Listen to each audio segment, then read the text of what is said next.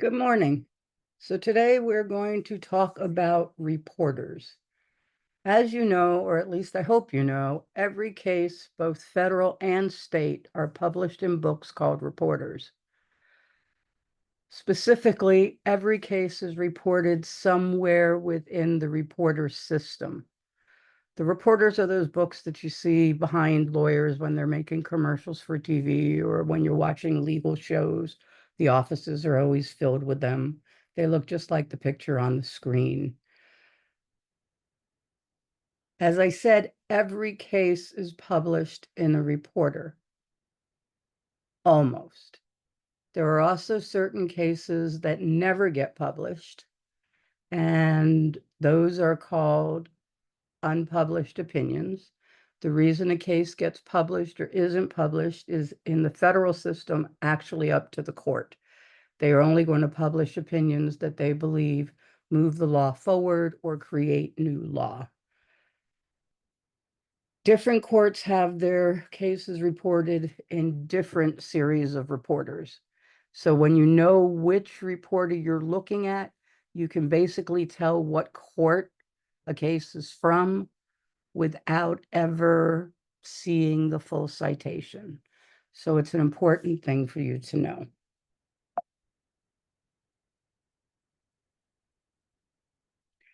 So we're going to start with the United States Supreme Court. For the United States Supreme Court, there is only one official reporter, and it is also the only reporter that is actually published by the United States government, and it is called United States Reports. When you cite to the United States Reports, the abbreviation in your citation would look like this: U period S period, no space in between. The United States report only contains cases. It doesn't have headnotes. It doesn't have any tools. It is just the case. Now, if you want tools, you can go to the Supreme Court Reporter, which is published by West. And West has things called keynotes. And those keynotes run through the entire West reporter system because West is the company that produces all of the reporters except for the one I'm going to mention next. They also run through all of the West's secondary sources.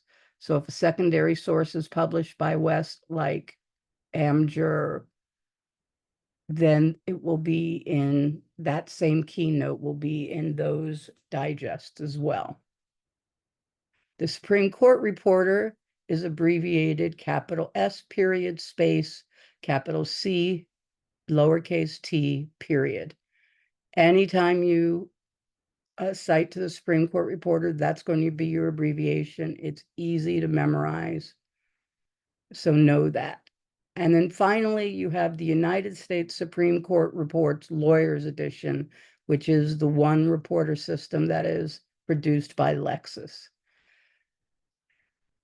The lawyers edition are abbreviated L period space capital E D period, or if you're in the second edition, L period space capital E lowercase d period space 2D.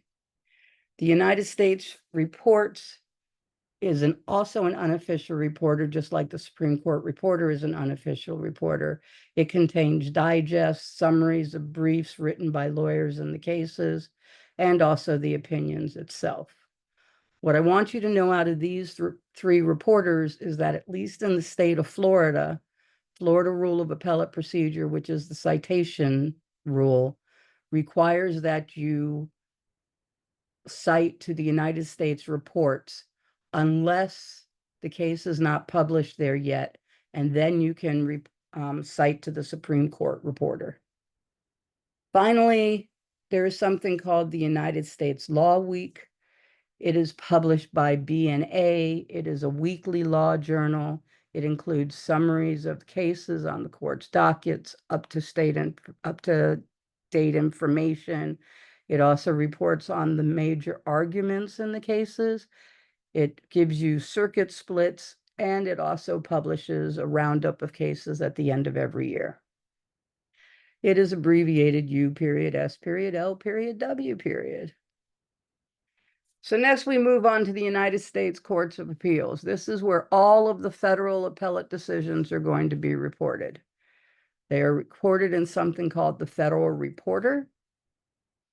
Federal Reporter has 3 different editions.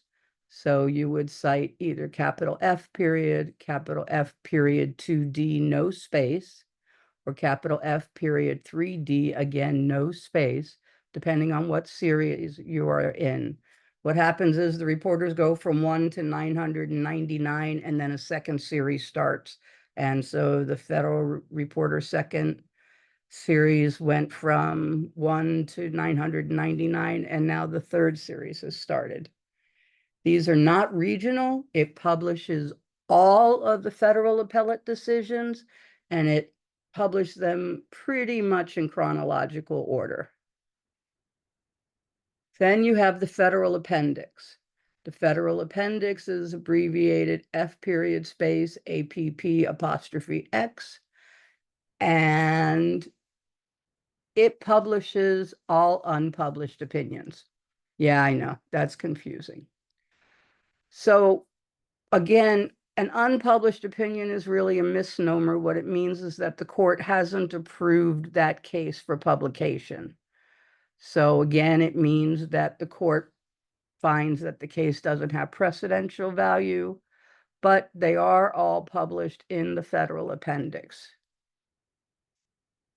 Both the Federal Reporter and the Federal Appendix are published by West, so they have headnotes and key numbers, which are universal throughout the West system again. So if you found a key number in a Supreme Court case, you could use that same search and find that same key number in appellate opinions through the federal reporters. For district court cases, which remember, these are the federal trial courts, those opinions are published in what's known as the Federal Supplement. The Federal Supplement is abbreviated capital F period space, capital SUPP period, or for the second series, capital F period space SUPP period space 2D. And those are also published by West. They are roughly chronological. They are not regional. It publishes all of the district court cases throughout the country. Then you also have the Federal Rules of Decision. It is abbreviated capital F period, capital R period, capital D period. It is also published by West. It contains federal district court cases that discuss the federal rules of either civil procedure or criminal procedure. It also contains proposals for rule changes and has some articles on procedural topics written by judges, lawyers, and professors. All of the reporters that we've talked about to right now have been for the federal system. So those are federal court cases. But remember, I said that every case is found in a reporter. So now we get to the regional reporters, and these are the state cases.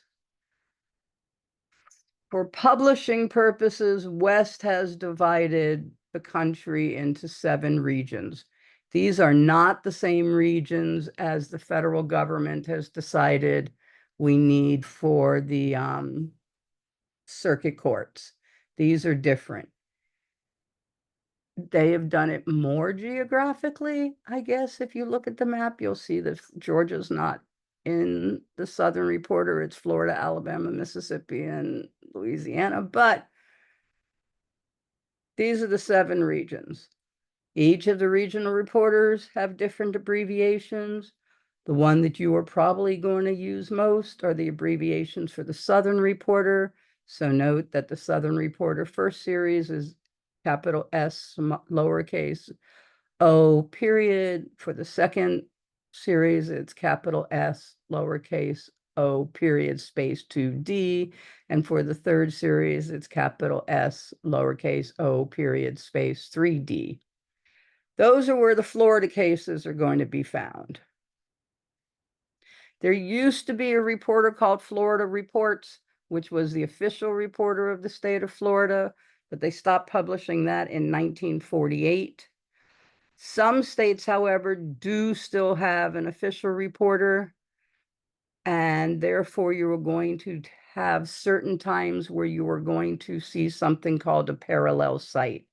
And that means that the person has cited a case that has both the unofficial or the West Reporter, here that would have been the Northeast second series, and the official reporter of the state, and here it would have been the New York official reporter.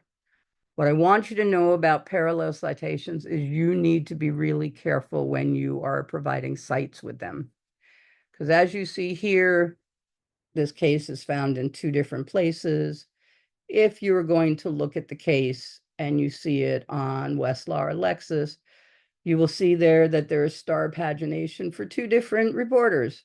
There's one that has 837 and one that has a 58. So be careful when you're looking for page numbers in parallel cites, because you want to make sure that you are relating the page number to the actual reporter. So here the star 837 would definitely not go to the Northeast Reporter 123 NE2D 56, because I promise you, there are very, very, very rare, if any, case that runs over 700 pages. So that page clearly goes to the New York Reporter, which starts on page 832. Same thing for the 58. So as you can see here, your parallel citations, make sure that you're citing to the right page.